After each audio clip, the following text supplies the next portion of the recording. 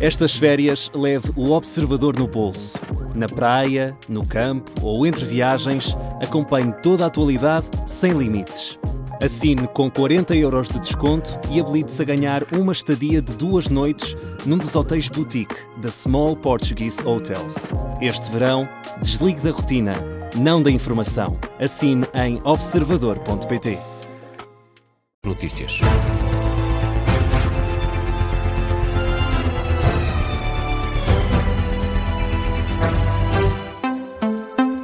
Jornal das Duas, edição com o Miguel Videira. Miguel, começamos este jornal com o relato de alguém que aguardava na estação do Cacém pelo autocarro que acabaria por se despistar à chegada ao terminal.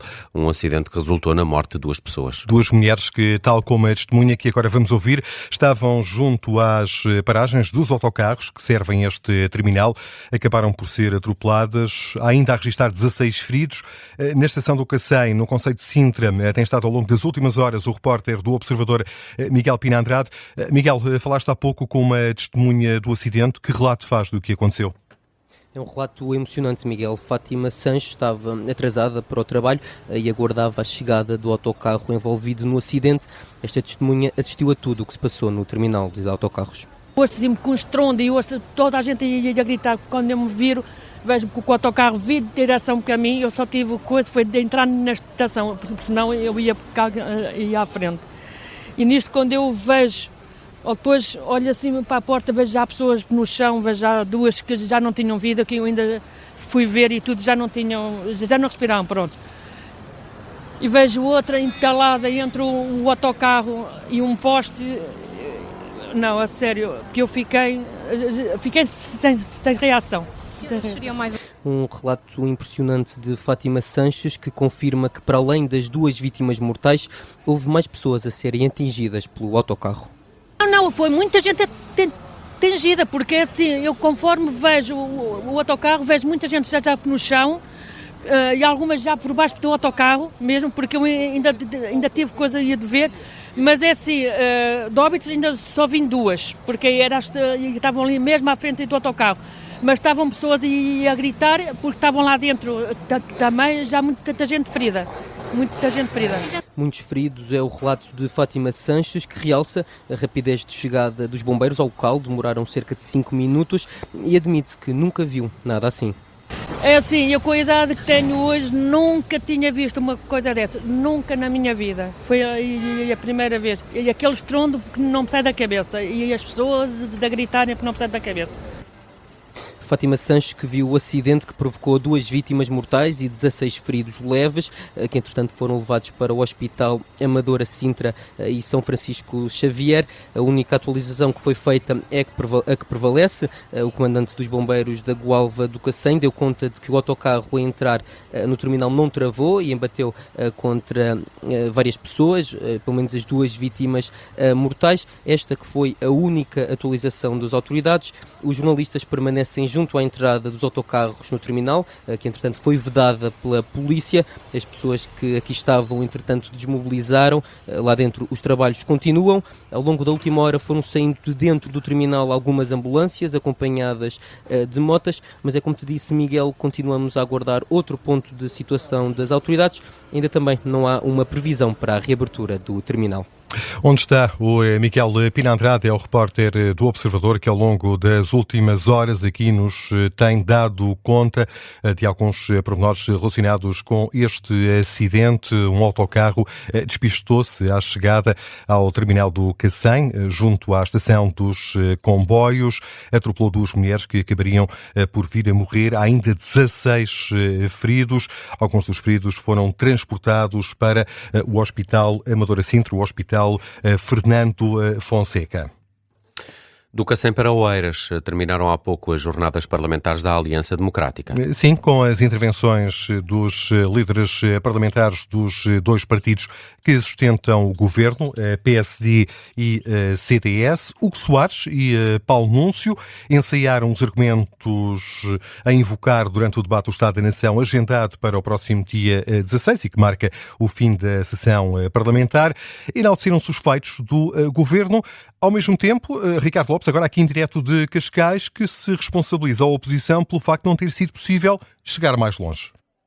Exatamente, no caso Paulo Núncio, com essa acusação, ao segundo e último dia destas jornadas parlamentares da Aliança Democrática, que tem como mote governar com resultados, falou-se primeiro de economia e de finanças, depois as intervenções de encerramento usaram da palavra ambos os líderes dos grupos parlamentares, Paulo Núncio, presidente do grupo parlamentar do CDS, e Hugo Soares, líder da bancada do PSD. Começou por falar o deputado Paulo Núncio, que se auxiliou do tema destas jornadas, governar com resultados, para falar daquilo que considera ser as diferenças da AD para os restantes partidos.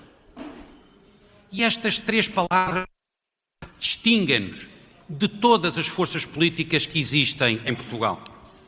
Primeiro porque sabemos o que é governar. Governar com qualidade e governar com competência. Nos 9 governos que a AD governou, o país mudou sempre para melhor. E o nosso espírito de reforço não é de agora. Paulo Núncio, que garante que o país está bem melhor com a governação da AD e diz que podia estar ainda melhor isto se não fosse a existência de uma nova geringonça. Perguntam-nos: e esta governação não podia ter ainda mais resultados? E eu respondo: sim, se algumas das reformas que o Governo propôs não tivessem sido chumbadas pela oposição. E não há melhor imagem para aquilo que eu vos estou a dizer do que o chumbo da reforma laboral. O Chega aliou-se à esquerda e à extrema-esquerda para chumbar a reforma do Código de Trabalho. A geringonça voltou. Acusações à oposição feitas por Paulo Núncio. Depois do líder da bancada do CDS, subiu ao palco Hugo Soares, o líder social da bancada social-democrata, fez um balanço já a antever o debate do Estado da Nação, que está marcado, como disseste, Miguel, para dia 16. Hugo Soares diz que o PSD chega a esse debate orgulhoso do que conseguiu alcançar até agora e garante que a transformação do país ainda mal começou. Partimos efetivamente para o debate do Estado da Nação muito orgulhosos daquilo que temos alcançado. Foram só 2 anos, com interrupção, e creio que as senhoras e os seus deputados sabem, mas nunca é demais relembrar às deputadas e aos deputados, mas sobretudo ao país, que nós ainda estamos no início. E este é só o princípio da transformação que nós queremos fazer em Portugal. À semelhança de Paulo Núncio, depois do balanço feito, Hugo Soares apontou o dedo aos partidos da oposição. Para tal, usou uma conhecida expressão popular para passar a mensagem de que a AD está no centro e é aí que se quer manter. Que entre o 8 e o 80, e seja o 8 o Chega, o 80 o Partido Socialista, ou se quiserem ao contrário, o 8 o Partido Socialista e o 80 o Chega, nós somos mesmo o centro da moderação. O povo diz, e com razão, que entre o 8 e o 80 é no meio que está na virtude, e nós somos mesmo essa virtude. Declarações de Hugo Soares, que diz que a AD tem feito sempre esforços para não ceder nem ao PS nem ao Chega, mas sim procurar entre um e outro a moderação. Termina assim, Miguel, estas jornadas parlamentares do PSD, da AD, aliás, que aconteceram aqui em Cascais, no Hotel Pestana. Em Cascais e não Oeiras, como há pouco e erradamente referi. Ricardo Lopes, jornalista do Observador, que acompanhou esta sessão de encerramento e escutou os argumentos que seguramente devem ser invocados durante o debate do Estado da Nação sobre os feitos de governação da Aliança Democrática, do PSD e do CDS e também as acusações aos partidos da oposição de não permitirem ao governo chegar mais longe. A ex-líder da extrema-direita francesa, Marine Le Pen, foi condenada a 3 anos de prisão. 2 anos de pena suspensa e 1 ano de pulseira eletrónica para Le Pen foi a decisão conhecida há momentos, a decisão de segunda instância, em causa um caso de desvio de fundos do Parlamento Europeu para financiar a atividade da Frente Nacional, para pagar a funcionários da Frente Nacional. Marine Le Pen foi considerada culpada em primeira instância, recorreu da decisão e o Tribunal decretou agora 45 meses de inelegibilidade, impossibilidade de Marine Le Pen a concorrer a cargos públicos, dos quais 30 com pena suspensa, o que significa que, em princípio, a líder do partido pode candidatar-se às eleições presidenciais de 2027, sendo que na primeira decisão, na decisão de primeira instância, a pena aplicada de 5 anos sem poder candidatar-se a cargos públicos impedia que Marine Le Pen avançasse com essa candidatura ao Eliseu. Marine Le Pen deixou o tribunal, não falou, espera-se que reaja ao final do dia, mas o advogado da antiga líder da extrema-direita francesa fala num bom começo. O secretário-geral da NATO considera que os países da Aliança Atlântica devem estar vigilantes em relação à Rússia, à China e à Coreia do Norte. Foi o que disse Mark Rutte na abertura do Fórum da Indústria de Defesa da NATO. O secretário-geral da Aliança Atlântica explica o que devem recear os países da NATO. A Rússia está a investir quase metade do orçamento nacional na máquina de guerra. A China continua a modernizar as próprias forças e continua a expandir as capacidades nucleares sem transparência.